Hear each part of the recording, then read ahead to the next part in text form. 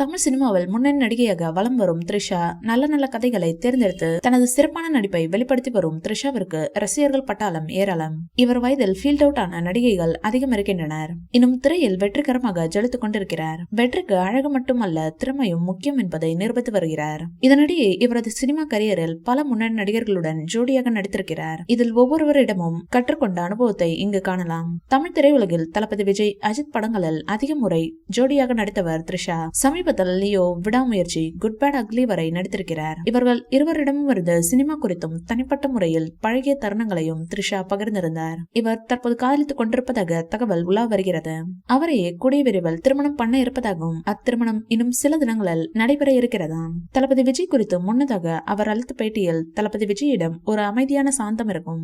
ரொம்ப அமைதியா இருப்பார். நாங்க 2 பேரும் சேர்ந்தாலே ரொம்ப ஸ்பெஷல் தான். இங்க 2 பேரையும் சேர்த்து பார்க்க வேண்டும் என்று ஆசைப்படுவதாக ரசிகர்களை தெரிவித்திருக்கிறார்கள். அதுவும் திருப்பாச்சி, கில்லி படங்கள் டிவியில் ஓடினால் அன்று மட்டும் எனக்கு அதிக மெசேஜ் வரும். இந்த ஜோடியை ரொம்ப மிஸ் பண்றோம் எனவும் தெரிவித்திருந்தார். மேலும் கில்லி படத்தில் காரப்போரி கேட்பார் த்ரிஷா. இதுவரை வாங்கி தரவில்லை என தெரிவித்திருப்பதாக ஜாலியாக த்ரிஷா கூறியிருந்தார். அலை படத்தின் மூலம் இருவரும் ஜோடியாக நடித்தனர். இந்த படத்தின் மூலம் இருவருக்குமான நட்பு தொடர்கிறது. ஆன் ஸ்கிரீனில் கெமிஸ்ட்ரியை அள்ளித்தரும் இந்த ஜோடி நிஜ வாழ்வில் சிறந்த நண்பர்களாக இருக்கிறார்கள்.